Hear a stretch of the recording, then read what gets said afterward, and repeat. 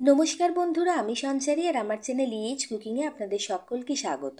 আজকে নিয়ে এসেছি বরবটি আর মসুর ডালের দারুণ স্বাদের একটা রেসিপি, যেটা একবার বানালে কিন্তু বারবার বানাতে ইচ্ছে করবে। তার জন্য নিয়ে নিয়েছি বরবটি লম্বা লম্বা টুকরো করে কেটে, মাঝারি সাইজের দুটো আলুকে ডুমো ডুমো করে কেটে নিয়েছি, আর অল্প একটু মসুরির ডালকে জলে আধ ঘন্টা আগে ভিজিয়ে রেখেছি। এবার প্রথমে প্যানে সর্ষের তেল গরম করে তার মধ্যে কেটে রাখা বরবটিগুলোকে দিয়ে বেশ একটু ভাজা ভাজা করে নেব। এমনভাবে ভাজতে হবে যাতে বরবটির রং খুব বেশি পরিবর্তন না হয়, অথচ বরবটিগুলো বেশ নরম নরম হয়ে যায়। 4-5 মিনিটের মতো সময় নিয়ে অনবরত নাড়াচাড়া করতে করতে মিডিয়াম ফ্লেমে বরবটিগুলোকে আমি প্রায় অর্ধেক ভাজা ভাজা প্রথমে করে নেব। অনেক বাচ্চারা আছে যারা কিন্তু বরবটি খেতে মোটেও পছন্দ করেন না, আবার অনেক বড়রাও আছে যারা বরবটি একদমই পছন্দ করেন না। এইভাবে যদি একবার বানান তাহলে কিন্তু বড় থেকে বাচ্চা থেকে সবাই কিন্তু এটাকে চেটেপুটে খাবে, এটুকু বলতে পারি। এটা খেতে এতটাই ভালো হয়। তাই অনুরোধ করব, পুরো ভিডিওটা দেখার পর একবার হলেও বাড়িতে এটা বানিয়ে দেখবেন। এই রান্নাটা কথা দিচ্ছি একদমই নিরাশ হবেন না। বরবটিগুলোকে আধ ভাজা করে নেওয়ার পরে প্যান থেকে তুলে নিয়ে সেই প্যানে আবারও একটু সরষের তেল দিয়ে দিলাম। দিয়ে তেলটা গরম হয়ে যেতে এর মধ্যে ফোড়ন হিসেবে দিয়ে দিচ্ছি সাদা জিরে আর একটা গোটা শুকনো লঙ্কা। ফোড়নটাকে 30 সেকেন্ডের মতো ভাজা ভাজা করে নেব, যতক্ষণ না ফোড়ন থেকে একটা মিষ্টি গন্ধ আসা শুরু হচ্ছে। আর ফোড়নটা ভাজা ভাজা হয়ে যেতেই এর মধ্যে দিয়ে দেব অল্প একটু কুচিয়ে রাখা রসুন, আর দিয়ে দেব কাঁচা লঙ্কা। রসুন আর কাঁচা লঙ্কাটা দিয়ে আবার একটু নাড়াচাড়া করে নেব, যতক্ষণ না রসুনের যে একটা উগ্র কাঁচা গন্ধ থাকে সেটা চলে যায়। রান্নাটা করতে কিন্তু একেবারেই ঝকমারি ব্যাপার কোনো লাগে না, কারণ রান্নাটা করতে খুব যে আহামরি উপকরণের প্রয়োজন তাও নয়। ঘরে থাকা জিনিস দিয়ে বানাতে পারবেন খুবই সাদামাটা রান্না, কিন্তু স্বাদে অসাধারণ। এবার রসুনটা দিয়ে ভালো করে নাড়াচাড়া করে নেওয়ার পরে এর মধ্যে আমি দিয়ে দিচ্ছি আগে থেকে ডুমো ডুমো করে কেটে রাখা আলুর টুকরো।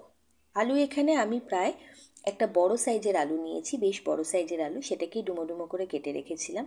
আলুটা দিয়ে অনবরত নাড়াচাড়া করতে থাকবো যতক্ষণ না পর্যন্ত আলুটা একটু ভালো মতো ভাজা ভাজা হয়ে যায়।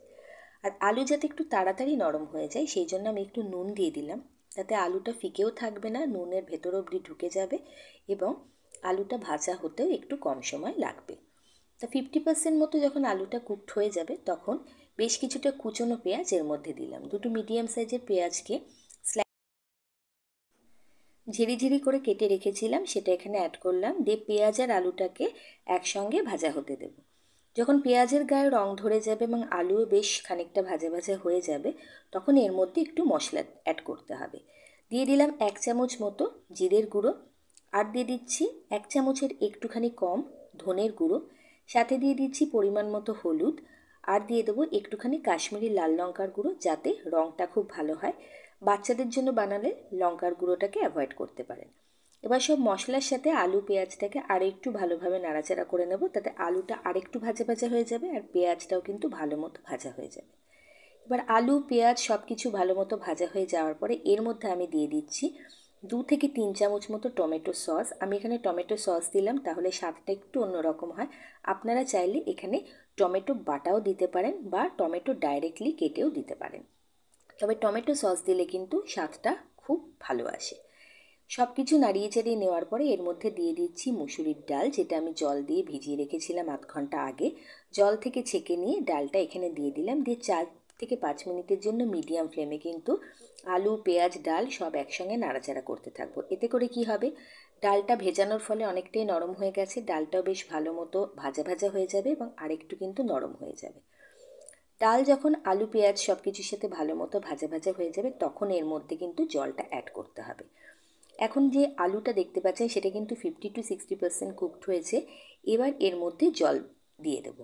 আর যে জলটা এখানে আমি ব্যবহার করছি সেটা ঈষৎ উষ্ণ জল, সেই জলটা আমি এখানে দিয়ে দিলাম। প্রায় 2 থেকে 3 কাপ মতো জল আমি এখানে দিচ্ছি।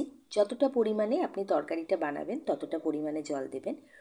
জলটা এমনভাবে দিতে হবে যাতে ডালটা বেশ সিদ্ধ হয়ে যায়, ডালটা একটু থকথকে হয়ে আসে কিন্তু ডাল একদম গলে না যায়।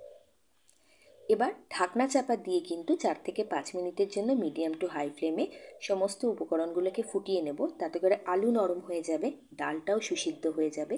আর যখন ডাল আলু প্রায় 90% মতো সিদ্ধ হয়ে যাবে তখন কিন্তু এর মধ্যে শেষ পর্যায়ে এসে দিতে হবে ভেজে রাখা বিন। কারণ বিন আগের থেকে দিয়ে যদি জলটা দেওয়া হতো তাহলে বিন কিন্তু ওভারকুকড হয়ে যেত এবং বিনের রঙটাও কিন্তু পরিবর্তন হয়ে যেত। সেই জন্য বিনটা শেষের দিকে দেবো, কারণ বিনটা নরম, এটা কিন্তু নরম হতে বেশি সময় নেবে না। আরও 1-2 মিনিট ফুটিয়ে নেওয়ার পরেই কিন্তু বিনটা ভালো মতো নরম হয়ে এসেছে। এর মধ্যে দিয়ে দিলাম নুন স্বাদ অনুযায়ী। চিনি ব্যবহার করতে চাইলে সামান্য একটু চিনিও দিতে পারেন। এবার সব কিছুকে ভালোভাবে নাড়াচাড়া করে নামানোর আগে এর মধ্যে দিয়ে দিতে হবে একটুখানি ঘি আর গরম মশলার গুঁড়ো। তাহলে কিন্তু রান্নাটা একদম কমপ্লিট হয়ে যাবে। খেতে বিশ্বাস করুন খুব ভালো লাগে, খুবই ফ্লেভারফুল আর হেলদি একটা সবজি। কখনো যদি এভাবে বানিয়ে না থাকেন অনুরোধ করব অবশ্যই বানানোর জন্য। বানিয়ে একবার খাবেন, সবাইকে খাওয়াবেন এবং আমাকে একটা ছোট্ট করে কমেন্ট করে দিয়ে যাবেন যে এই রেসিপিটা বানানোর পরে আপনাদের বা আপনার পরিবারের সবার কীরকম খেতে লেগেছে। ভালো থাকবেন, সুস্থ থাকবেন। এরকম নিত্য নতুন রান্না দেখার জন্য আমার চ্যানেলটিকে সাবস্ক্রাইব করে পাশে থাকবেন।